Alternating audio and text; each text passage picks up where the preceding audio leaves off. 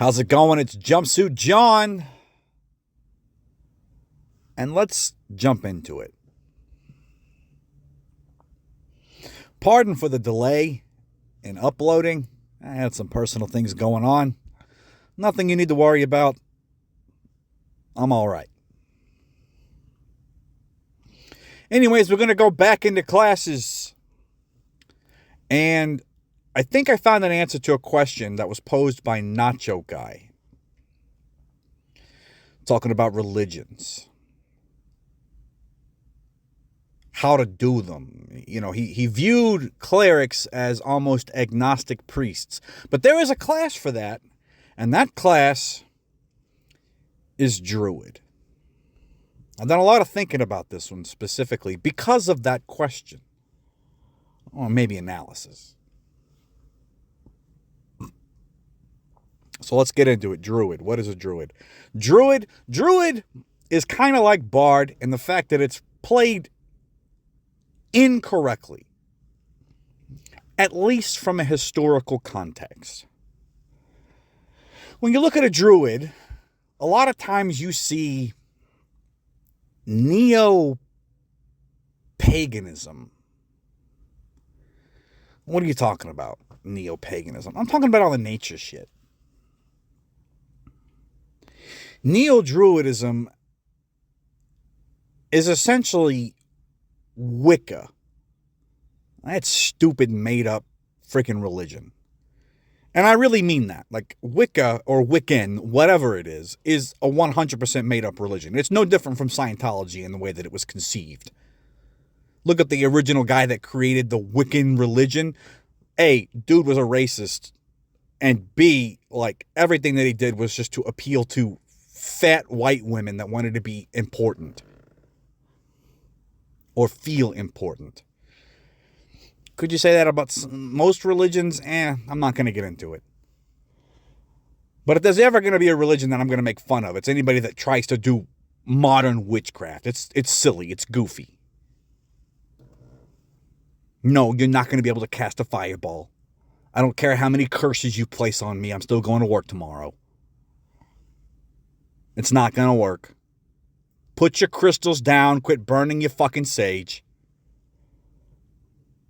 And that's where I believe that Druidism, as far as a class, has been corrupted. Because a lot of people want to bring in this aspect of Druidism that was very nature-centric. And that's a misnomer. And what I mean by that is you'll hear people, oh, the Mother Moon, the Gaia, the things. That's not Druidism. We don't even have that reference for Druidism. The closest thing that we can have for Druidism is animism. Totem animals. The very earliest religions, I believe one of them was called the religion of the bear. And the reason why the religion of the bear was a thing is because humanity could see we could personify bears. You know, they protect their young. They're very protective of their young. They're very protective of their environments. They have family. They play. You know, you can personify them. You can place some human qualities inside of a bear. And, you know, from the primal aspect of what a bear is, I suppose a religion could form. What am I talking about? I'm kind of going off on tangents. Which is okay, fine. But here's what the problem with Druids are. And it really is a problem. First of all, Druids, for the most part, insofar as the descriptions within the game, they protect a glen or a forest or something like that. And then whenever Wizards of the Coast realizes that that's kind of a bad bet to do because there's no point in a Druid going with any party ever for any reason if they're protecting a glen, and they were like, oh, well, you can be a city Druid. No, that's bullshit. Stop. You don't know what you're doing. Right? You have no idea what you're doing. So let's go through the list, right? Like, Mother Earth, animals, protect the forest. Essentially, as a druid played commonly, you might as well be an environmental terrorist. That's what you are. You're PETA. And everybody hates you. That's what you do.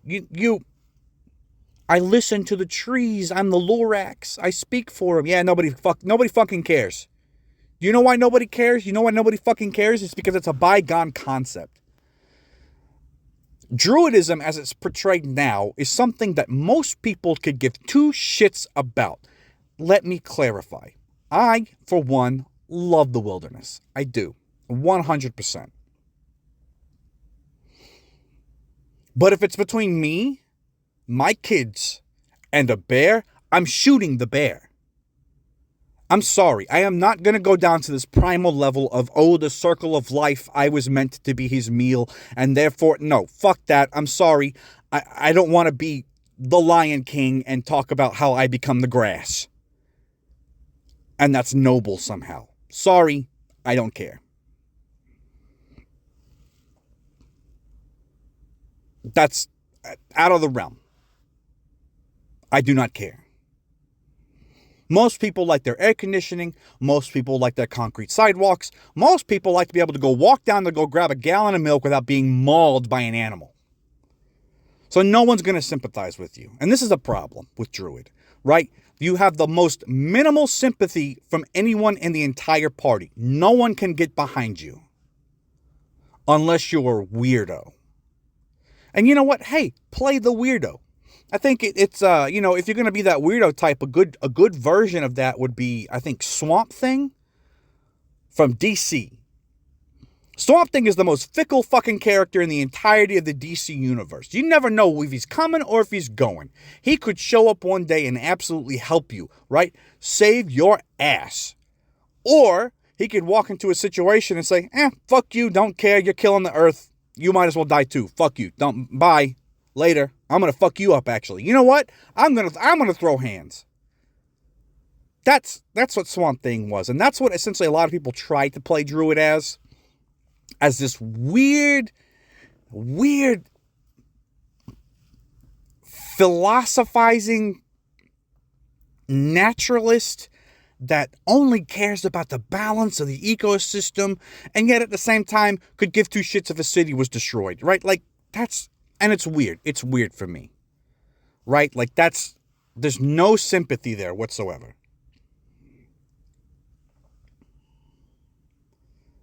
I'm not going to have, like, it's even to the point I'm not even going to have a conversation with you about it.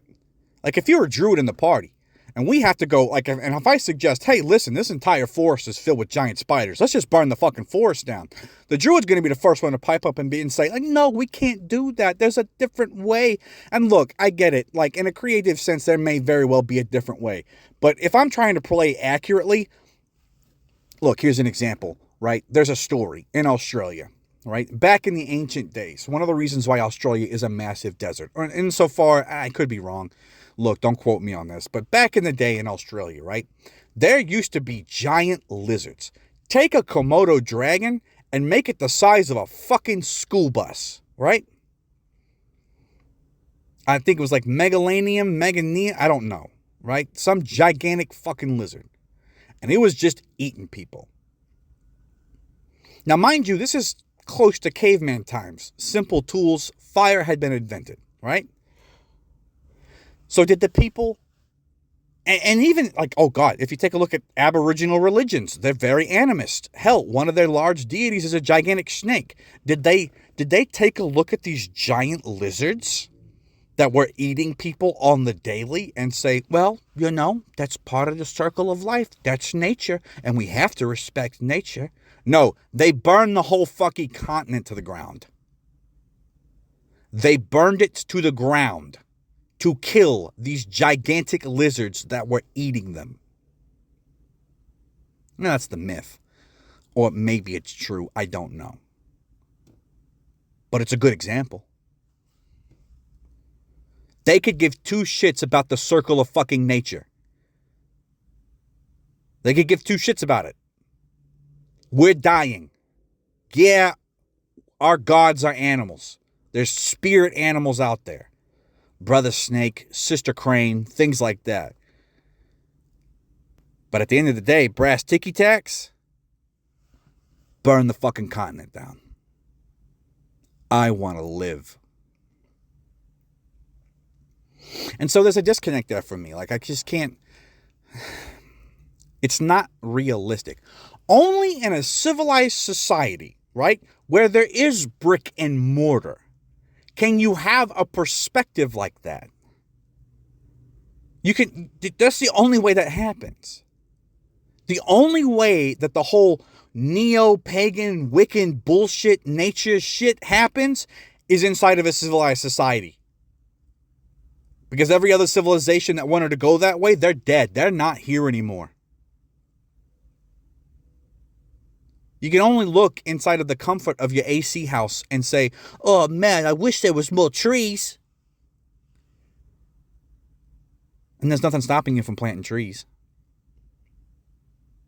But I got bills to pay. I've gotten heated. Let's change gears. How do we fix this?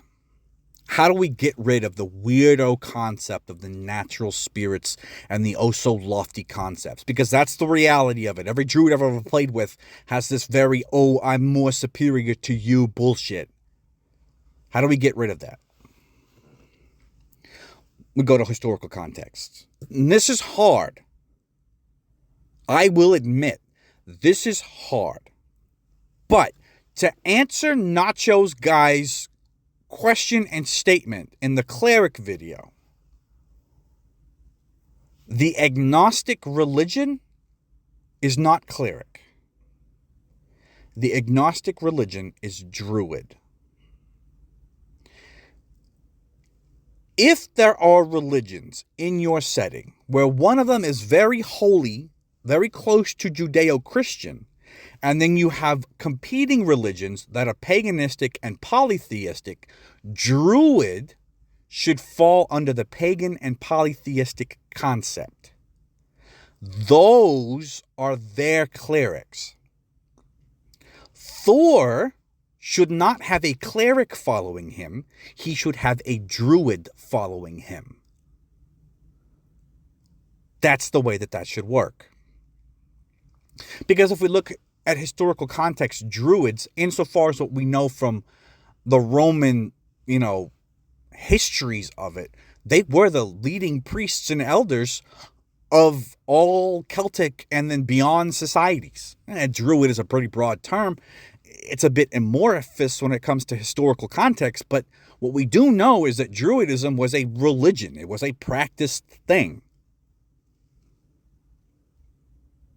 So when you play a Druid, you are supposed to be a person that has unique insight to the old ways. Different ways of thinking. Not haughty, very practical ways of thinking. Right? Because if we take a look at a lot of things that are in line with, say, Judeo-Christian theming with the cleric, there are morality stances. Do this, don't do that. Do this, don't do that.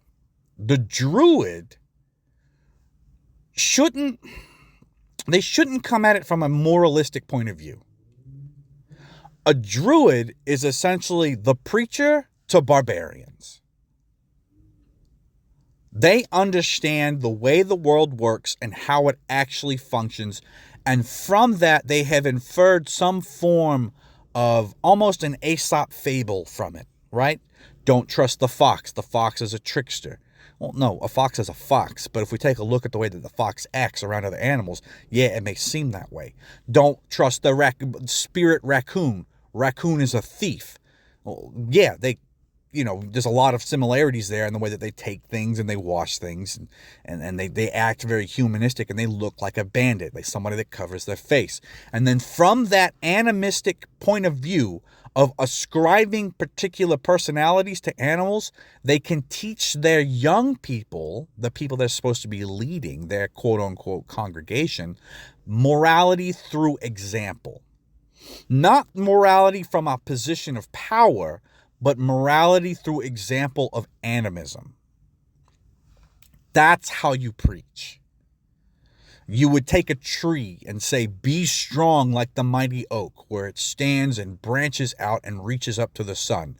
The Father Sun that gives us light and day and allows us to be safe. Like, That's how you're supposed to incorporate Druidism insofar as a religion. Now, the magic powers, that's a little strange. And this is why I don't really like competing religions inside of a setting. Because there is too much everybody's real. To answer the specific question, and I'll go into it more detail in a separate video, but to answer the question about deities, look, man, I'm of the opinion they should be like off. Like, yeah, they may exist, but they are out there, and everyone has doubts whether or not they actually exist. Miracles from clerics are always placed to question. Miracles from druids should always be placed in question. That's the way. Now, if you're going to do a druid, you are a priest. You are a priest. You are a holy man. So how does that differentiate yourself from a cleric? Well, one, a cleric has a book, a tome, a set of religious principles, a set of religious practices, an established hierarchy inside of their entire order, right? Druids do not have this. They have a hierarchy, but only insofar as who remembers the most. You have to understand, one of the main reasons why we don't have a lot of information historically on Druidic or Celtic or Gallic or any kind of culture like that from Northern Europe, they didn't write that shit down. All of it was oral.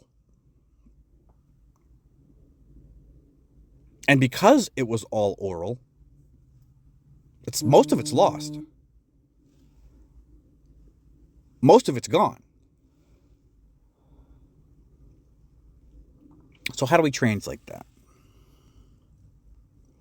There's a couple of good examples.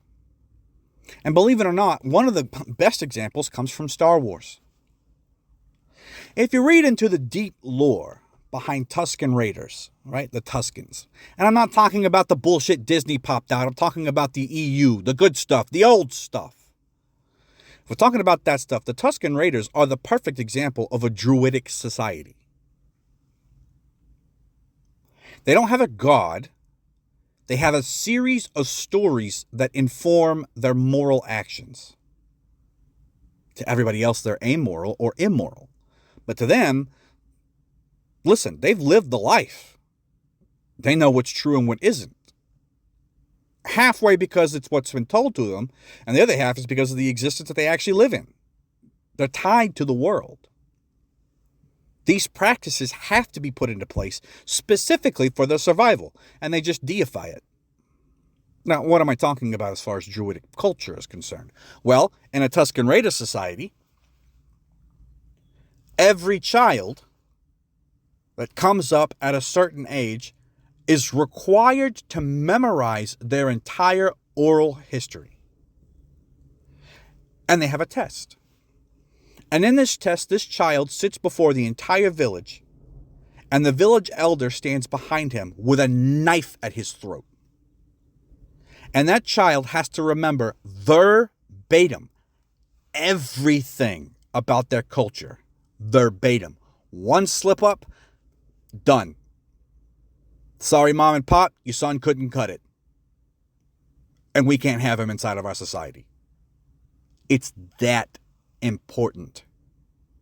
Their traditions and oral histories are that important, and probably because of their survival necessity, that if you slip up once, you're done. You're finished. That's how you should treat it as a druid. Your oral traditions are not just wonderful things that you go into a congregation. No, you live these things every single day. One of the funnier things about a lot, or at least insofar as what we know from the Romans, take it as reliable as you will, listen, people used to sacrifice other people in order to prevent the end of the world. And they had to be voluntary or a slave. weird practices, strange practices, out of the way practices. But they have a hint of this primal echoing of, yeah, I can understand it. So that's the way that I think you should play Druid. Druids are supposed to be the weird religion. They are supposed to be the ones that worship the good pagan gods outside of established religions. Sorry for the rain. In the car. But don't play your Druid like some weirdo granola crunching idiot. Don't do it. Plays them as almost the mystery. Almost as if you picked the Druid's mind for more than a couple of hours, you'd find some strange esoteric religion and the reason behind it. To give you another example, Etterstep, or whatever, however it's pronounced, was a Viking tradition or a, North person's tradition. If you get too old, you jump off a cliff. The Inuits in Alaska have the same principle. If they get too old, their elders will just walk into the woods. And the reason for it is because the necessity of their lifestyle, the very primal and intertwined and very harsh environment that they have to grow up in, it is a moral virtue at a certain age just to take yourself out of the equation, because you're taking up too much resources and it's going to require too much of you in order to be able to, the rest of the village is going to suffer because of your old ass. So you just do the noble thing. You walk into the woods and hope to God that a bear kills you real quick, or you jump off a cliff and just make it an end. Extreme practices, but you can see the utility in them. And you can see the culture that may have birthed it. Not this weird Gaia bullshit. It's more brutal. That's the word, really. To play a Druid, baby, your religion is brutal. We do things a certain way because if we don't, everybody dies. This is the way that it is. You don't like it, leave. And this is why I believe that Druid's kind of a hard class to play whenever it comes to other party members. Because what impetus does a Druid have to jumping into a party? Oh, maybe there's some existential threat and they wish to protect their entire family. That might be a good thing. But I don't know. It's just, this is an issue with religious players, right? Especially whenever it comes to like Druidism, because Druidism, as far as we know it, didn't really proselytize. Look, this is the way that we are. You don't like it. Goodbye. Leave us alone. Right? So that, with clerics, there's a reason why you could see them going out with a party. They're going out to proselytize. With a Druid, why? Why would they leave their forest? Why would they leave their village? Why would they, like that? It almost doesn't make sense. It feels like Druid was a particular class that was made to fill a niche for pagan worship that wasn't there. People wanted to have other options. They didn't want to play the cleric all the time, but they wanted something that was different. And I think that, throw something against the wall. What do we have? Druids and the mysterious. They have, some historical Druids, source stories have them casting sorceries and magic and lightning and shit like that. So, you know what? Throw it in. They worship these old world things. I think it was kind of thrown against the wall.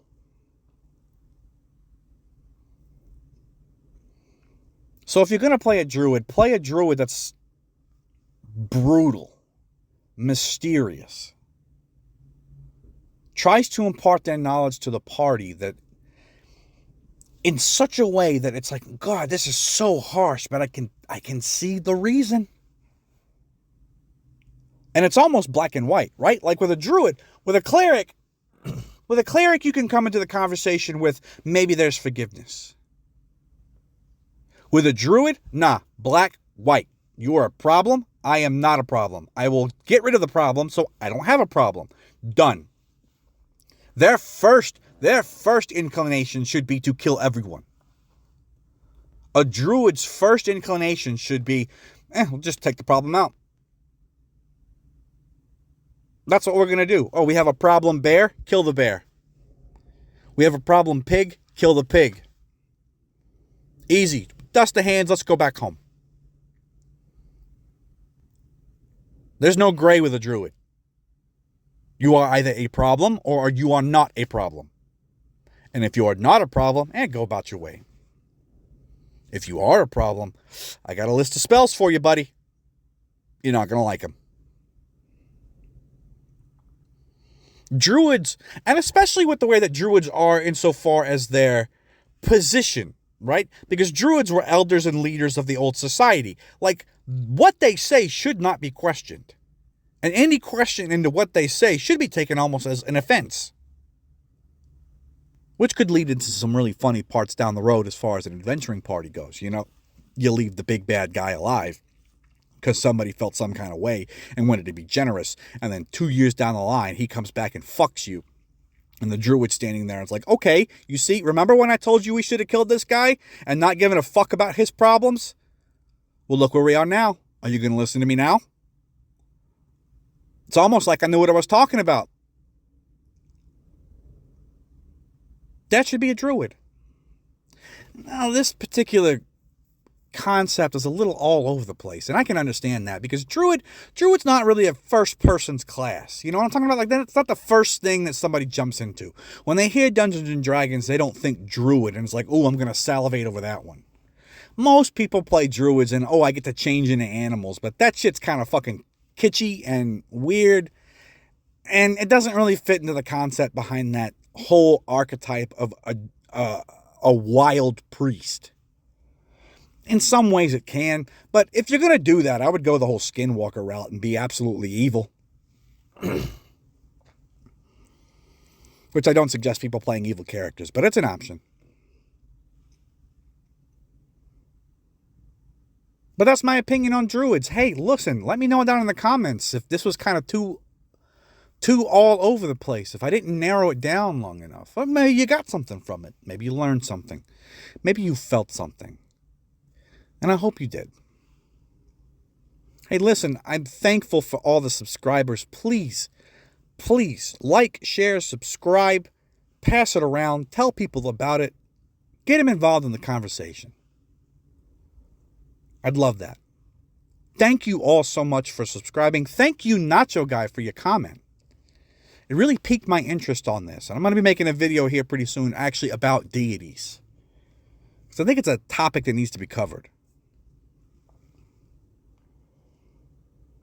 Anyways, that's enough out of me. Come on. Let's get back to work. All right, have a good one.